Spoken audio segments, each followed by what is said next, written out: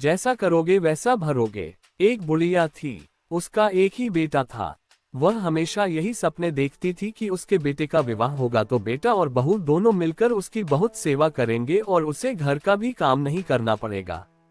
धीरे धीरे वह दादी बन जाएगी और उसका घर स्वर्ग बन जाएगा। आखिर वह दिन भी आ गया जब बुढ़िया के बेटे का विवाह बड़ी धूमधाम से हुआ। वह दादी भी बन गई, लेकिन संयोग से उसका कोई भी सपना पूरा नहीं हुआ। बुढ़िया का बेटा तो सुबह काम पर चला जाता और पोता स्कूल चला जाता, तब बहू उसके साथ बहुत बुरा व्यवहार करती। बहू बुढ़िया से घर में झाड़ू लगवाती, झूठे बर्तन साफ करवाती और टूटे फूटे बर्तनों में उसे भोजन देती। शुरू में तो बहू अपने पति और बेटे के पीछे ही बुढ़िया से झगड़ती थी, लेकिन धीरे धीरे वह अपने पति के सामने भी बुढ़िया का अपमान करने लगी। एक दिन टूटे बर्तनों में बुढ़िया को भोजन करते देखकर उसके बेटे को बहुत दुख हुआ। उसने अपनी मां का पक्ष लेते हुए अपनी पत्नी को बहुत डांटा। पति पत्नी दोनों में बहुत कहा-सुनी हो गई। धीरे धीरे बुढ़िया के बेटे ने भी पत्नी का विरोध करना छोड़ दिया। धीरे धीरे पोता बड़ा होने लगा तो वह अपनी मां का विरोध करने लगा।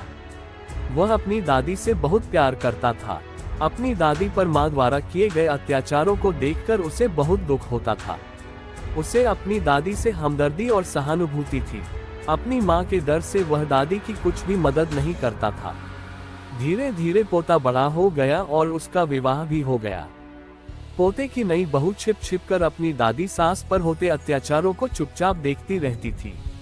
लेकिन पतोहू को बुढ़ापे में दादी सास से काम करवाना जरा भी अच्छा नहीं लगता था। जब कभी पतोहू बुढ़िया की काम करने में मदद करती तो उसकी सास उसे खूब डांटती। पतोहू जब कभी दादी सास को रोते हुए देखती तो उसे बहुत दुख होता था।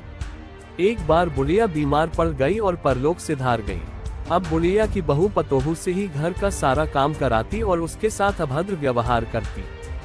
जब पतोहू ने देखा कि उसकी सास दादी सास की तरह ही उस पर भी अत्याचार कर रही है तो उसने बदला लेने की ठान ली। वह भी अपनी सास से वैसा व्यवहार करने लगी जैसा व्यवहार उसकी सास अपनी सास से करती थी।